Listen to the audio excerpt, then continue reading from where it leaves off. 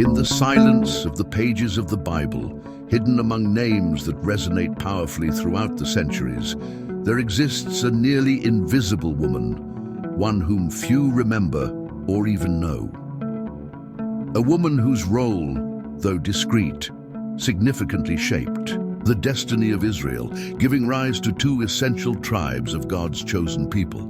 Her name is Asenath, the wife of the famous Joseph, the Egyptian governor, whose story, marked by suffering, faith, and redemption, is widely known and revered. It's curious to note that while Joseph occupies a prominent place in the biblical narrative, his wife remains in the shadows, almost forgotten by the generations that followed. The Bible mentions her only a few times, almost as a secondary detail. Even so, this detail raises deep questions, especially about who this significant, yet so silently portrayed woman in the scriptures truly was.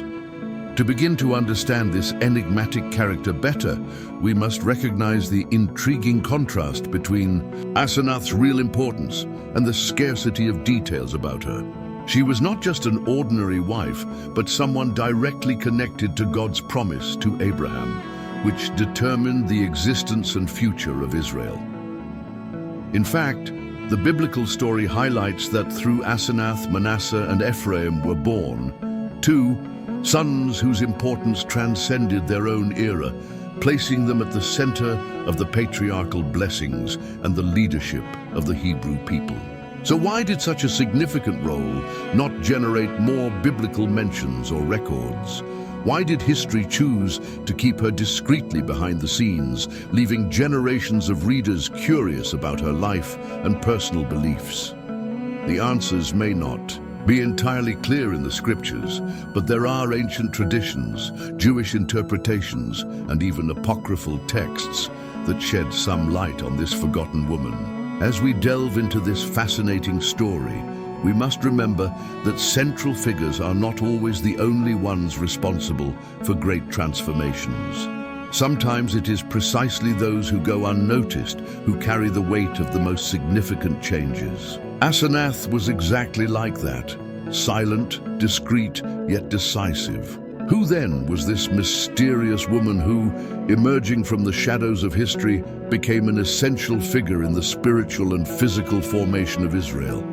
To understand who she was, we need to go back to Joseph and Egypt, where it all began. According to the book of Genesis, Joseph was still very young when he was taken as a slave to Egypt, sold by his own brothers. There, he ended up in the house of Potiphar, a high-ranking officer of Pharaoh. Joseph quickly stood out, not only for his incredible administrative ability, but especially for his honesty and moral integrity.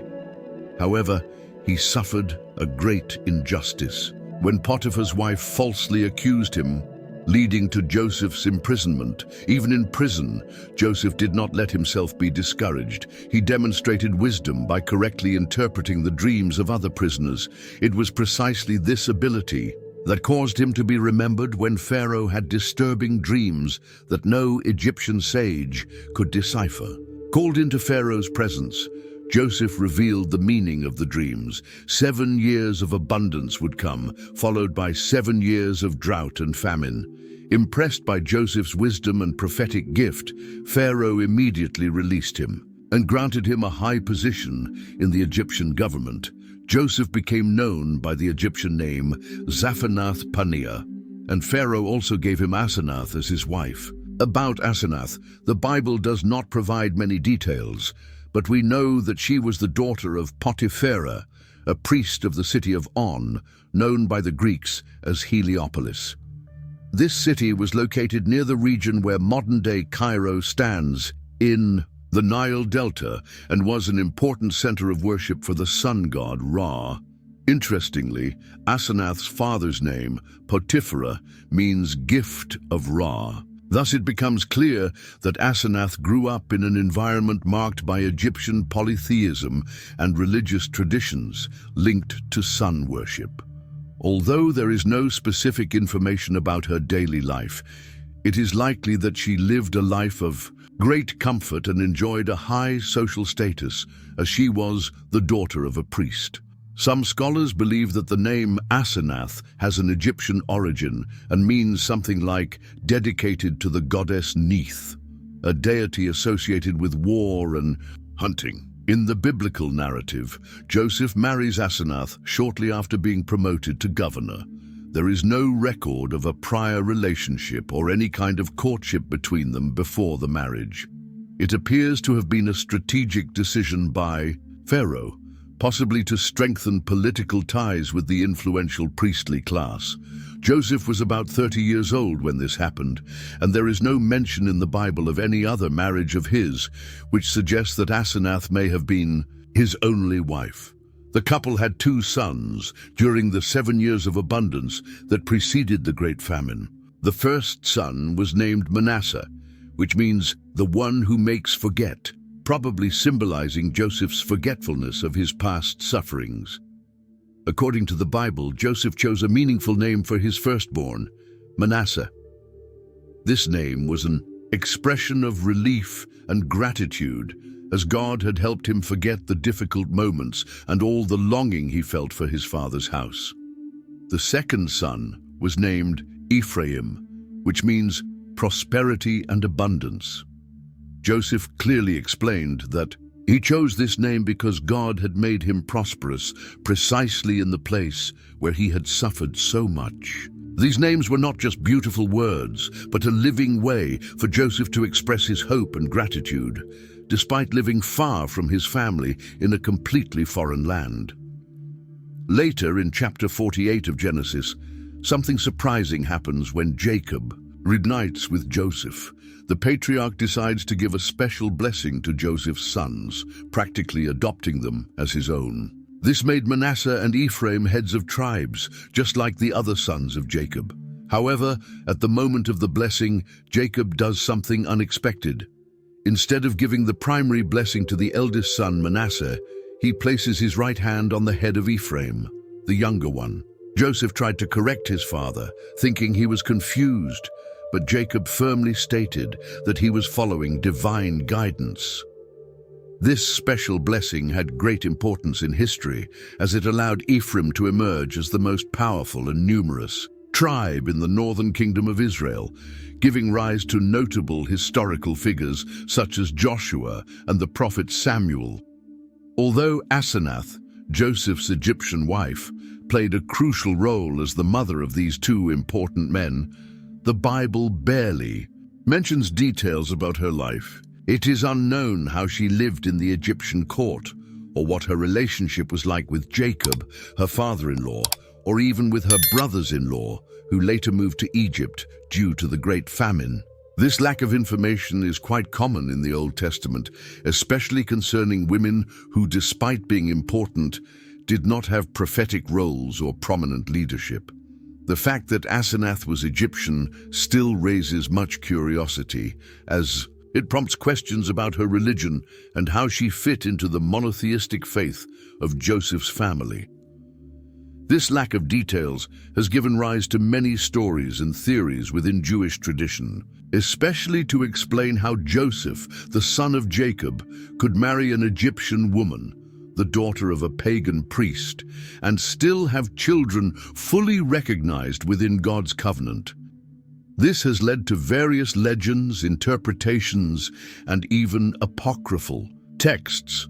One example is found in the Midrash, an ancient Jewish literature that expands on biblical narratives. One story suggests that Asenath was actually the daughter of Dinah, the only daughter of Jacob. According to this version, after Dinah was assaulted by Shechem, she became pregnant and gave birth to a daughter who was later sent to Egypt, adopted by Potiphar and raised as his own daughter.